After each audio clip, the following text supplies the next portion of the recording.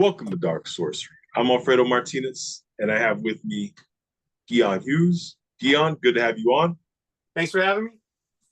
You're welcome. And today we're going to be talking about the Satanic Bible by Anton LaVey. And Guion, how did you first come into contact with the Satanic Bible? Well, as a teenager in the 1980s in Los Angeles, I had a rough childhood. A lot of people did. In the 70s, there was a lot of different attitudes with people.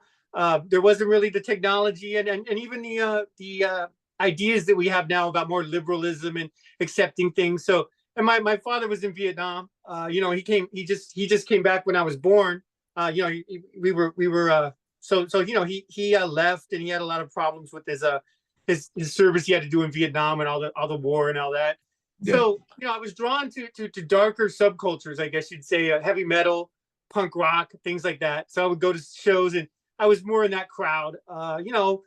Back then, even like smoking weed was a huge big deal. Nowadays it's legal most everywhere. Almost. Right. Back then that was a big thing and things like that. So I was drawn to the stoner heavy metal culture, and then later punk rock and later goth and things like that. It kind of progressed for me that way. So part of the metal thing was because of Black Sabbath and Iron Maiden, and they had this imagery of darker things like that. So people would have these. The first time I actually had this, I was seeing a band which you may have heard of. They're from my hometown and around my hometown in Southgate, called Slayer. And they were practicing, because back then they weren't big yet or anything. So they were practicing in my friend's garage down the street from where I live. And, people were smoking weed and drinking and stuff. And they were passing around this. And at first I was a little taken aback, especially, they were showing, like this badass dude, and all this. And I was taken a little back and this and that. And then when I was reading, it really, a lot of this stuff resonated with me, because when people do have a rough time, and I think everybody relatively has a rough time as a kid, especially in the past before they had a more child services and all that, and you can't hit your kid and all that. In the 70s, people, parents would hit their kids with belts and all that stuff. So turning the other cheek and loving each other, and then again also even in these schools like Catholic school or even churches, there were people being violent. People weren't like turning the other cheek. You would see, even the war. I looked at Vietnam. I was like, we didn't even really like get hit on the cheek to actually go over there, from my understanding. When I was a teenager, I was thinking, and then if you look at, how we progress, every time there's an aggressive thing, we don't say, turn the other way. We actually attack. You mentioned that it was a completely different back then. What people don't understand is that when this book was written, it was a completely different mindset and a different time period altogether. Oh, yeah. I mean, it was the 60s, so it was even way before the 80s when I discovered it. Right. And in the 60s, the 60s actually was actually received probably better in the 60s because the 60s with the free love and all that, and the hippie movement and all that. And then there was a lot of people too that were seeing Vietnam and saying, we're sending all these people to Vietnam. And like, what does that have to do with us? I mean, they were agreeing with the hippies to a large degree, and people that were because my dad, he didn't sign up or any of that. He was 17, and he basically, it was kind of like a slave thing. I mean, they went to his house with people, with three guys, and they took him and put him in a car, and they took him and he was in the army. He got through basic training at 17, and he was over there at 18, and that was it. And he had to do all these horrible things, and he was a machine gunner. That's what he thinks saved him. He had a big gun, and he had a sidearm. But he saw a lot of his friends get killed. He was in a platoon once that everybody got killed except 5 people. So all this stuff was really messed with people. And so I think this was accepted a little bit more because people are like, if we're a Christian nation, we're not turning the other cheek. And that's what Anton was saying in here a lot. Was saying Christianity is hypocrisy. The thing that I when I started reading, and it has this in the introduction. I don't know if it did in the original, but this is like a new copy I got because the old ones were a little bit different. I think maybe I have the same copy as you. Yeah, you got the same. Yeah. They had a little bit older ones back then. I don't know if they had the forward after. I think they did a special edition after. But anyway, so Anton actually came up with this when he said he was working in the circus, a carnival, right?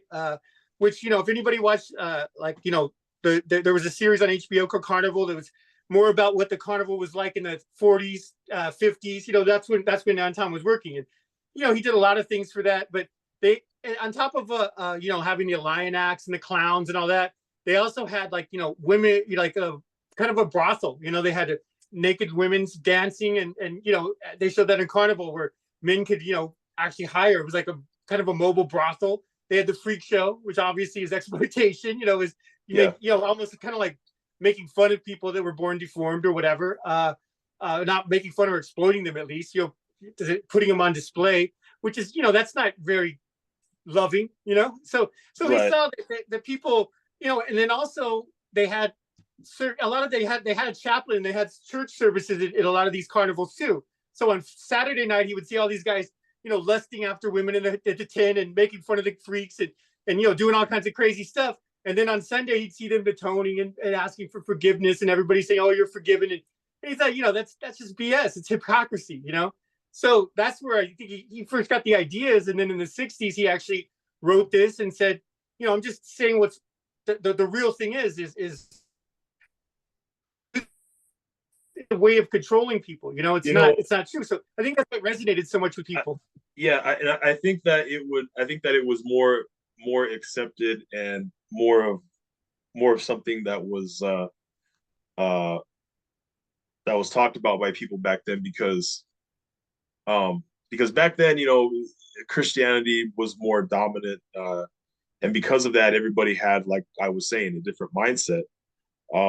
Nowadays, society is a little more liberal than it was back then. So I mean, you show 20, 30 years ago, if you showed somebody this, it was like wow, like what? Yeah.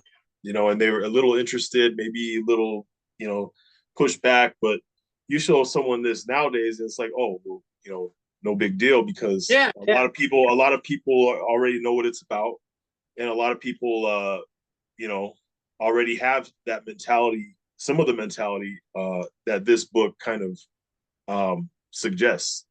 Would you agree? Yeah. I mean, back in the 70s, even 80s, especially the 80s, would say Satanic Panic. I mean, if you called the police or child services or something on your neighbor and said they're witches, or they have a copy of this book and they're Satanists, they would really come and say, all right, if you're a Satanist, then we're going to take your kids away. I mean, they literally. Whereas in the early, I have, I got a lot of friends in the pagan movement and stuff. So when people would get called on with that now, especially in California, where it's more liberal and stuff, people would say, well, what is your, you are pagan then, right? What is your thing? What is your ideas about your religion, right? It's acceptable now for people to have alternate views, I think, on Christianity, or even the opposite of Christianity, because of this book and other, the whole witchcraft movement. And I think there's also another idea is that the idea of multiple gods, and gods being maybe we're gods, that really didn't exist.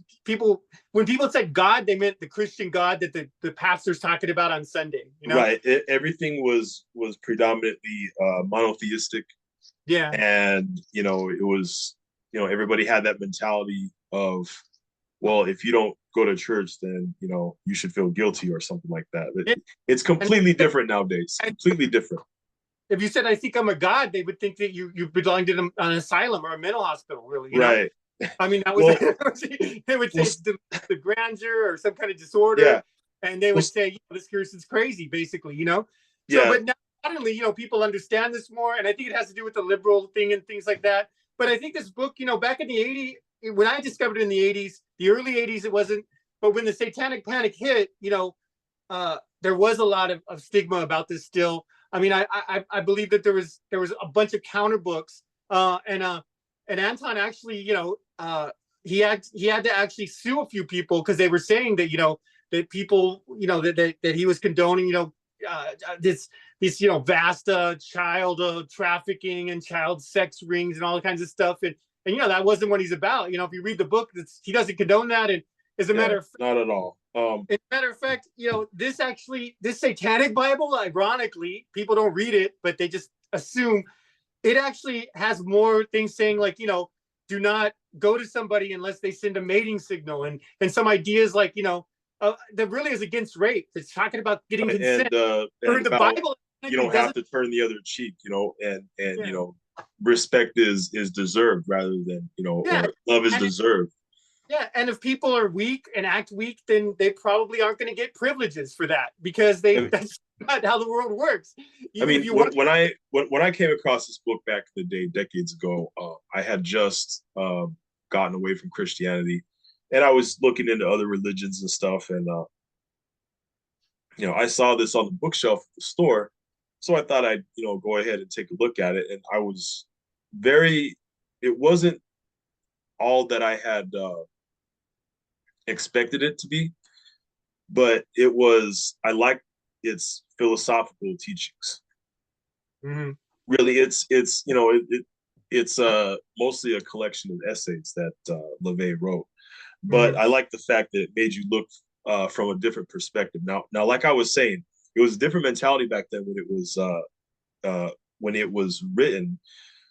The perspective that it tries to give you for you to and society look through through Anton's eyes at the time, a lot of people already look at the world that way.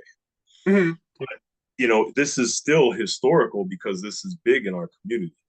This was LaVey was a pioneer. Oh yeah, he was definitely before his time. He definitely saw a lot of this stuff coming. I think our society, though, not all societies probably, but I'm just gonna speak for my own. Here in LA in that time, because we had like the McMartin trial and those kind of things. Those kind of things is what the Satanic Panic was all about. Is people were just it was almost like a pendulum. Like the 60s and 70s was kind of way more liberal in some ways, and then it went to the 80s with Reagan and all that stuff. The war on drugs and all these trials, because the McMartin trial, it turned out to be totally fake. The kids weren't hurt. They were saying they had repressed memories. One of the people was a fake psychiatrist who was actually, they found videos of her coaching the kids to say things just so she could actually get more money from doing this stuff. So, a lot of that is really scams, and a lot of it is their projection of their own like weird fantasies. That if you are dark, into dark occult or a Satanist, that you have to do these things. Like it's almost like it's mandatory in here to say that, and that's really not what the book says. I also think another misconception is that LaVey Satanists are like strict atheists, which I don't see that in reading the book. I don't know what your ideas are on that, but I see that he's talking about magic. He's talking about all these different, like almost like a polytheist thing. He's talking about Belial, Lucifer. He has for the four seasons. He has a Satan for fire, Lucifer for air, Belial for earth, and Leviathan for water. And he just has books about. And these are I think some of it is what he's talking about are that some of these entities are aspects of our subconscious mind that can be activated, in certain ways. Yeah. I think he was also using a lot of psychology and stuff like that. But definitely does. In the later chapters, at least, when he's talking about, he definitely brings that he does believe in magic. He believes in influencing people.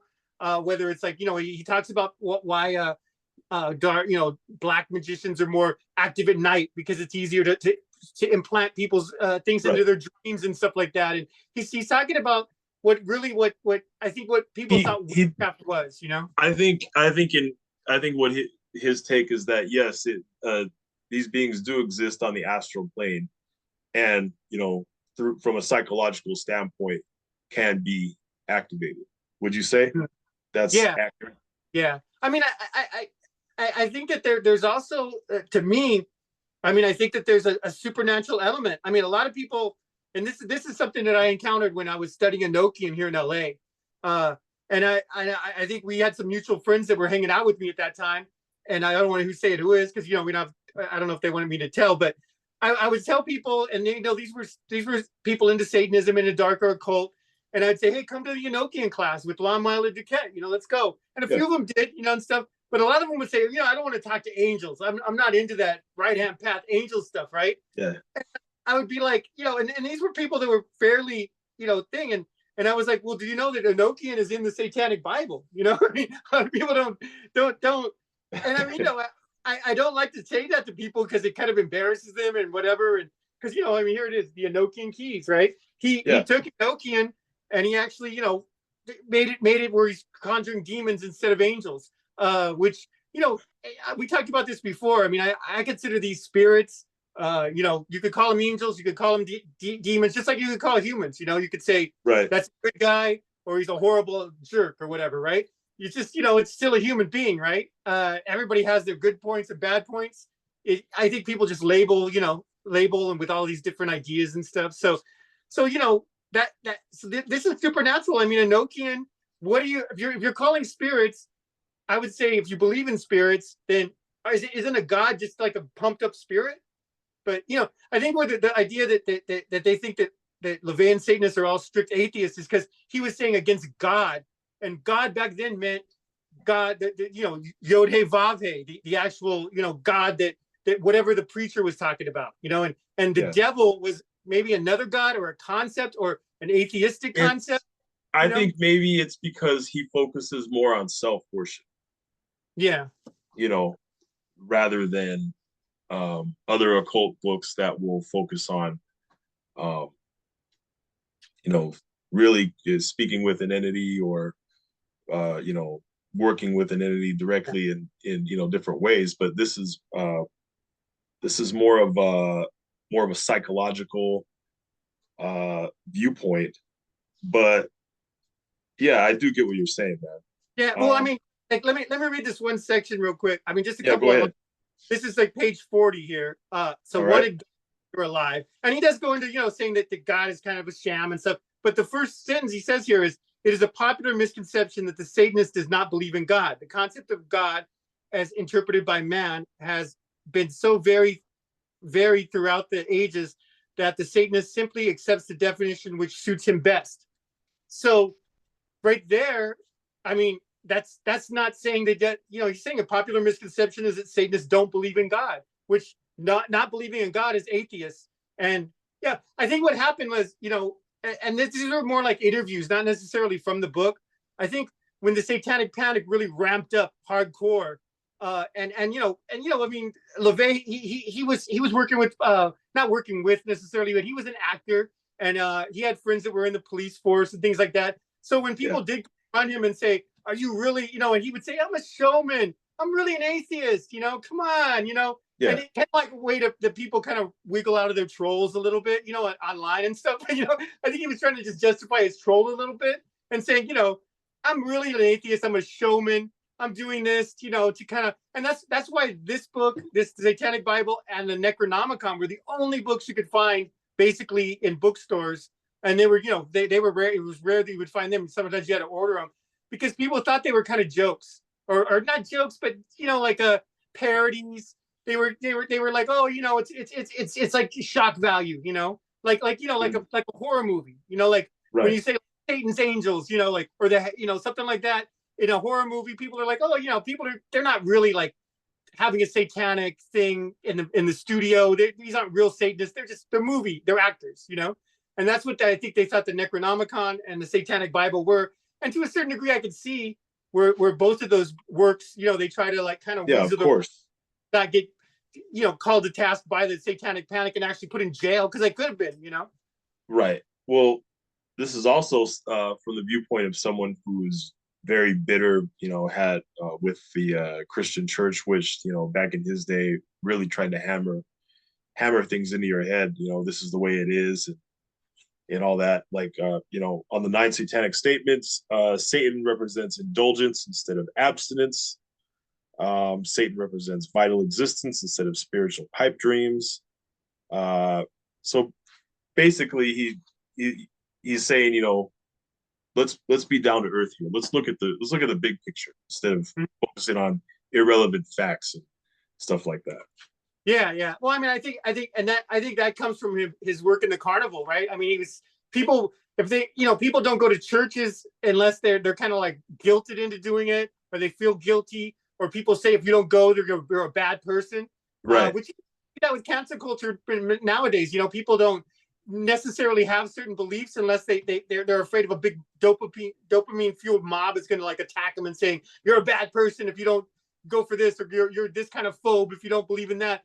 And like, the carnival though was like, indulgence, have fun, have fun. Here's a like a strip club show, which they didn't have strip clubs back then so much, probably ever, right? They were underground or whatever. So these traveling strip club tents, people were like, that's a draw. The freak show, like, oh, you don't see these people. People usually probably were hidden away in asylums that were born deformed, or even like, like the concept of the geek. If you ever seen that, I don't know if you've seen that movie Geek Love, where the geeks were just basically really bad alcoholics or something like that, or mentally ill people that would eat live chickens in front of people, and they have it. It's called I don't think I've seen that. Yeah, Nightmare Alley. Netflix. It's what is it? The Guillermo del Toro. He did that. They had that movie in the 40s. So, and then I read a book called Geek Love too. It was all about and then so geeks were just that was like it was exploitation, but people liked it. And he goes into this too. Is like if the person likes doing that, there are people that like doing that stuff. They're masochists. People like to get beaten. It's like if you say I won't beat you, then you're actually harming them in a way, So he talks about the different forbidden things, like because I mean BDSM type stuff back when he was writing this was really frowned upon. If somebody, they would consider you a sexual deviant or a pervert, and the same thing with homosexual and all the LGBTQ type things. They would all consider that sexual deviance. You're a pervert. You may rape people. You may attack kids. They would assume that right away. They meaning most Christians, most mob type people mentality. Maybe not so much where I was in California so much, but in the Midwest and even some places in the Midwest, even now today, probably they still have those kind of attitudes. So that he talks about that's another the sexual revolution. People have to put it in the context of the 60s. When you read this book nowadays, a lot of it people are like, yeah, that makes sense. It's common sense, like you're saying, but in the 60s it wasn't. It wasn't, people, right. Not now. When people are expressing themselves with their sexuality, or they do a show on BDSM or something, people are like, well, okay, whatever. It's or they common now, yeah. But back then, that would have been a huge, thing. I mean, like you look at other movies that came out that broke the norms back then, like Harold and Maude, or where it's an older woman, a much older woman with a young man. That was a huge thing, a huge taboo. Or the Mrs. Robinson, where a married woman goes after a younger guy with the Dustin Hoffman and all that. That's just like it was society has become more liberal incrementally over time, and but on a different subject, I understand that you have had contact with the LeVay family. Can you go ahead and speak on that? So because I was interested in this and for a long time, and on and off, I've been studying it for years. So Anton's grandson, Stanton LeVay, he had these shows, which they were just usually at occult bookstores. I think I saw the one I saw him at the Crooked Path over in it's North Hollywood, Burbank area.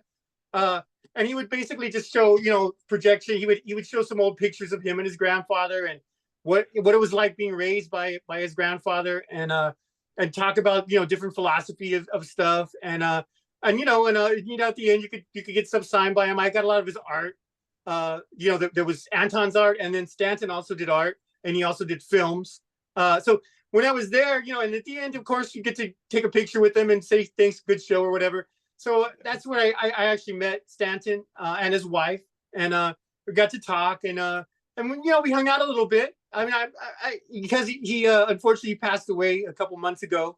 Stanton LeVay did. So I don't want to go too much into it until people I think are still grieving in the family and stuff, and I understand. So I don't want to, I want to make sure that the shows were great.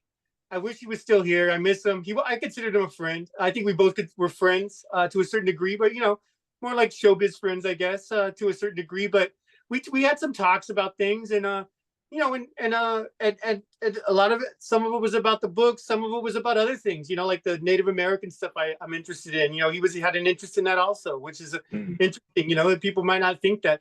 But if you do read the book in depthly, the thing is, a lot of people don't read is Anton does talk about the concept of the devil in Native American and in Mayan, Aztec cultures. He talks about the concept of these anti-gods in all these different cultures, Right. Like the coyote, the coyote trickster god and things like that. He has like a whole list of these gods that are usually called the devil, our equivalent of the Christian devil, and including the Mesoamerican and the Native American and things like that. So a lot of people don't realize that this was thought out, and he was a very robust thinker.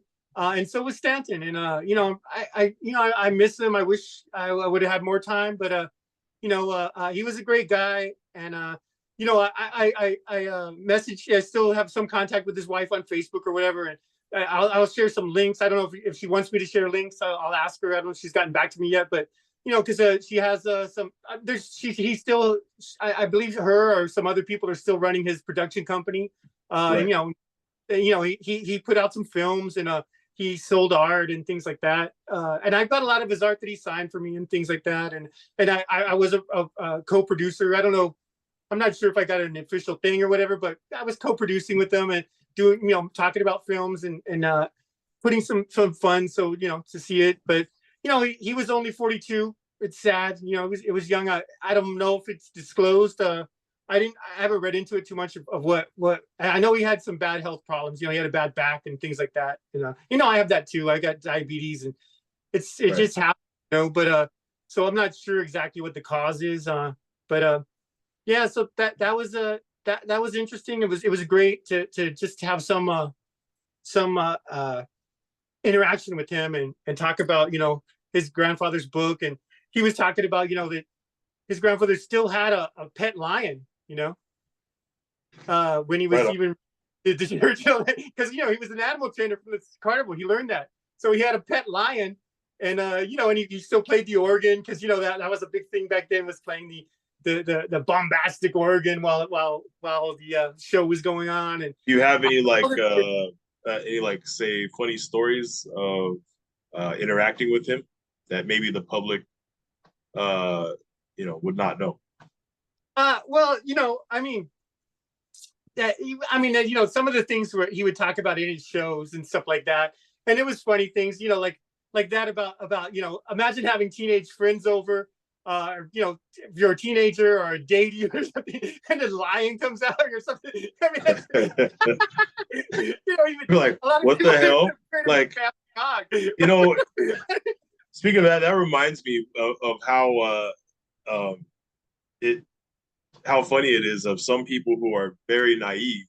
If I remember, I left this in my car one time, and it was facing this way, and then some people, I won't name names, but they saw that and they're like, oh, look what's in his car.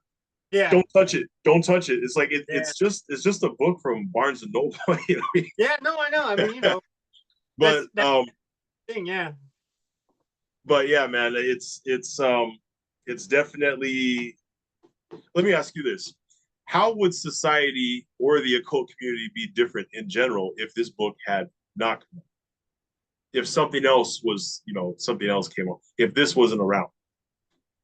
Well, I mean, I definitely think that I'm not sure. I actually think that a lot of times I think if the Satanic Panic wouldn't have happened, we would have gotten more stuff too. I mean, if we wouldn't have had this, we definitely wouldn't have progressed as much. I think even today, a lot of people don't know this. Like a lot of the grimoires that are getting translated, they're not being translated. They weren't translated until like the early 2000s. And then there was like the Nag Hammadi Library, which is basically the Gnostic Christian text. And we talked about this in another podcast where like thinking that the serpent or the dragon in the garden that tempted Eve was actually a god, another god, and then the Yod-Heh Vav-Heh, the god who was saying don't eat the fruit, was the bad guy, or was more like Satan. Right. And people didn't. So those things they were just discovered in the 50s and not translated because people didn't want to translate them because they were afraid of them. I think definitely Anton's book, definitely made it where we can be liberal today. Where it's not accept. A lot of times, back in the 70s, I talk about this in some other videos. Even if you were just goth or you were wearing like some kind of like punk makeup or something. I mean, the police would literally come out and beat you up for being gay looking, right? Even if you weren't gay, you were just expressing yourself in a certain way, or even wearing dark clothing with some people, or being with a girl that's dressed really gothy. I mean, adults would get out of the car and like start trying to fight you or throw things at you. And if you called the police would just join in. That was the kind of thing to deal with, and I think this really helped. I think that if this had not come out, we wouldn't have as many grimoires and magical knowledge out there, because he taught us to look at, have some common sense, be down to earth. You don't have to turn the other cheek. Don't make sexual advances unless it's mutual. Says that in the Bible, but it really does. I mean, it doesn't say that in the Bible. It's very vicious. It's talking about if women get raped, the penalty is they have to marry them. They have to marry their rapist and be one of 4 or 5 wives or 100 wives, whatever. Or they have to pay the father something. I mean, it's stuff like that. They don't really condone rape in a lot of the Bible things. I mean, especially the Old Testament. With the polygamy and all that, and in the Old Testament, it was really cool. That stuff definitely is in the Bible, but I think a lot of the people that are preaching and pushing this whatever it is, certain things on TV and televangelists and mainstream Christianity in general in the West, they don't acknowledge that. They kind of sweep it under the rug and say, okay, well, let's focus on this, because they're not preaching Christianity, they're preaching Puritanism, which is like not, which is kind of like a warped version of it. I mean, they're not even emphasizing that the whole idea of Christ becoming a man, or God becoming man, means that we're men that can become gods, or humans that can become gods. That's like a big part of Christianity that the Gnostics really were into. You don't really hear a televangelist saying that at all. They're just saying, send me money, you're wrong, guilt, and the only way you could get not guilty is by sending money or going to church and asking forgiveness and all this stuff. Well, the thing is, we as humans, we need to have some self-worship. If we don't have some kind of self-worship, we cannot grow spiritually. We cannot ascend. If we don't follow, you don't have to completely agree with every one of the satanic statements, because it's not really scripture, but it's there as a guidepost to